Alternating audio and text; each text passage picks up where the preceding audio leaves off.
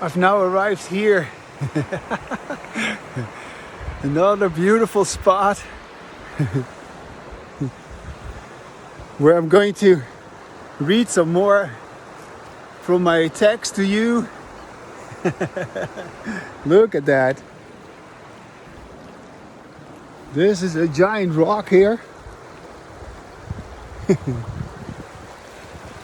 And in summer I'm going to swim in here. And I'm going to sit over there across from the creek playing my ukulele. But for now, I'm just going to sit here on this rock and read my text to you. Here, there's people walking there. It is such a beautiful spot. I'm so in my element here. This is where I probably stay for the rest of my life. Because this is where I have come into my own. And let me just introduce you to my text here. I'm going to sit here in the shade. That's a nice spot. Yeah. Let me see. Go and sit here. Here. This is a good spot. Yeah.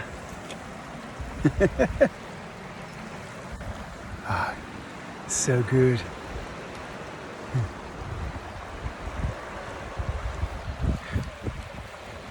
I want to further introduce the text which I'm about to read to you. And it is a text that I wrote this morning. And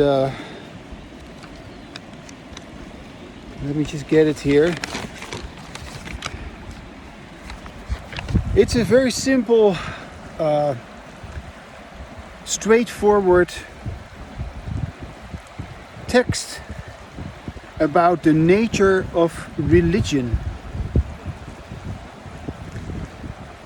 We make it seem as if these religions are something in and of themselves, right? There's Buddhism, there is Hinduism, Christianity, Judaism, Islam.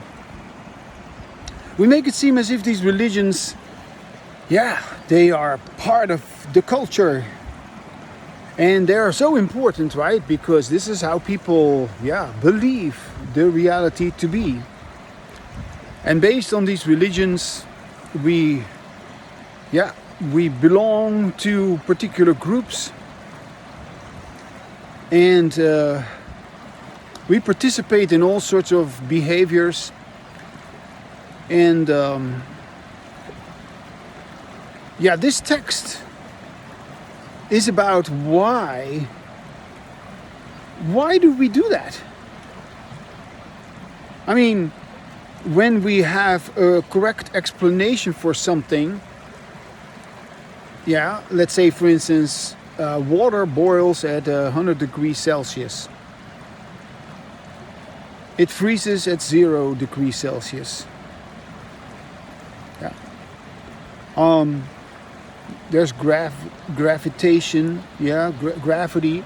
Things do not fall upward, no. And diseases, they are not caused by evil spirits.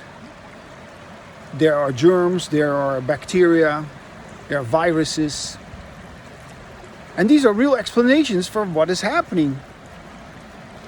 And consequently, there is continuously, to this very day, an enormous controversy going on between what is a real explanation of how something works and what is just absolutely false.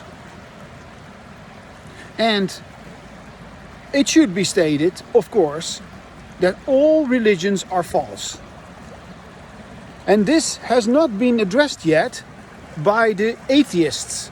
This has not been addressed yet by the, how do you call these people? Agnostics. No, they have not addressed the difference between what I have put together, the difference between disembodied language, our usual way of talking, in which we do not listen to ourselves while we speak. Yeah. And embodied language, that's the language I have, in which a speaker, in this case me, listens to himself while he speaks. I couldn't be having any embodied language if I didn't listen to myself. And to the extent that I am still, determined by my previous history with disembodied language, I'm not listening to myself. And I'm fully cognizant of that. And when I say cognizant, I mean explicit, verbal, overt. Yeah? I listen to myself. And listening to yourself is the correct way of using language. And if you do not listen to yourself, if you want other people to listen to you, if I want you to listen to me, if you are only listening to me or to other people, you're not listening to yourself. And that's exactly what disembodied language is. In disembodied language, we keep being busy with other people. We're not busy with ourselves. We're out of touch. And because we're out of touch, we want to dominate others. Yeah. So I want to control you so that I am feeling good with my disembodied language. But with my embodied language, I'm just taking care of myself. And everybody is just taking care of themselves with embodied language. And then we are not interfering with each other. And then we are using our language correctly because we listen to ourselves while we speak. And there's only one way in which we can use our language correctly, which is listening to ourselves while we speak. Which is as much speaking as listening simultaneously going on. There cannot be a difference. You cannot listen more than speak, or speak more than listen. That is disembodied language. But you will have to figure it out if you ever want to do that, if you ever want to acquire embodied language. And unless you're going to do something, an experiment on your own, to figure out like, wow, is this true? Yes, of course it is true. Of course it is true that you're not listening to yourself, that you're always listening to me, to other people, or that you're trying to get me to listen to you. You're trying to get other people to listen to you, but you're not listening to yourself. That's just the truth which I have discovered. And you haven't even begun to discover it. Because even if you would notice the difference between your usual way of talking, your disembodied language, and your embodied language, that doesn't mean that you have acquired embodied language. You are just at the beginning to acknowledge like, wow, I've always had disembodied language which I actually didn't even want to have. I want to have embodied language. Yes. That's what it is. Yeah. So if you want to have embodied language, you got to do what it takes to be able to have it. You must listen to yourself while you speak. And you must speak with yourself so that you can listen to yourself. And you haven't done any of that. No. Okay. I was going to read to you this text about religion.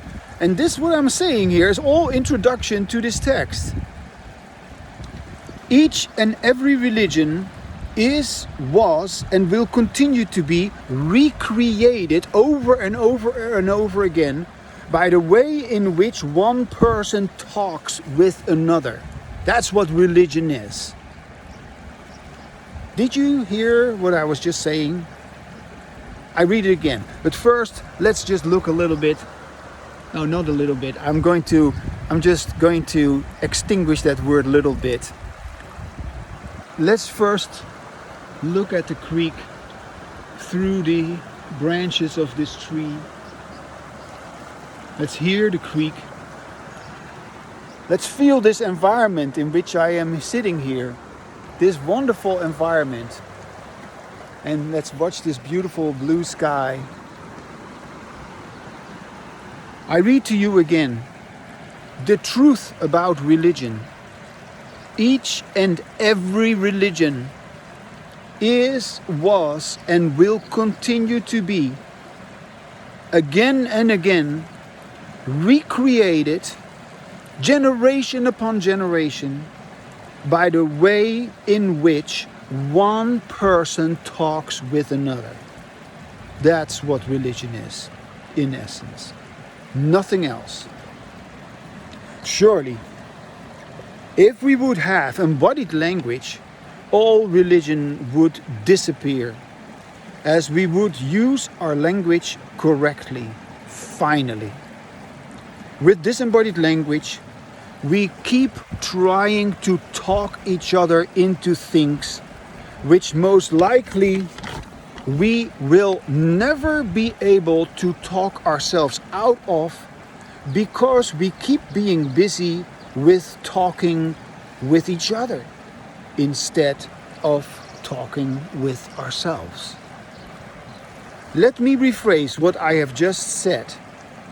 Everything we were bamboozled into believing about ourselves, which always deals, of course, with the illusion of inner language, also known as our mind, our thoughts, our internal dialogue, yeah?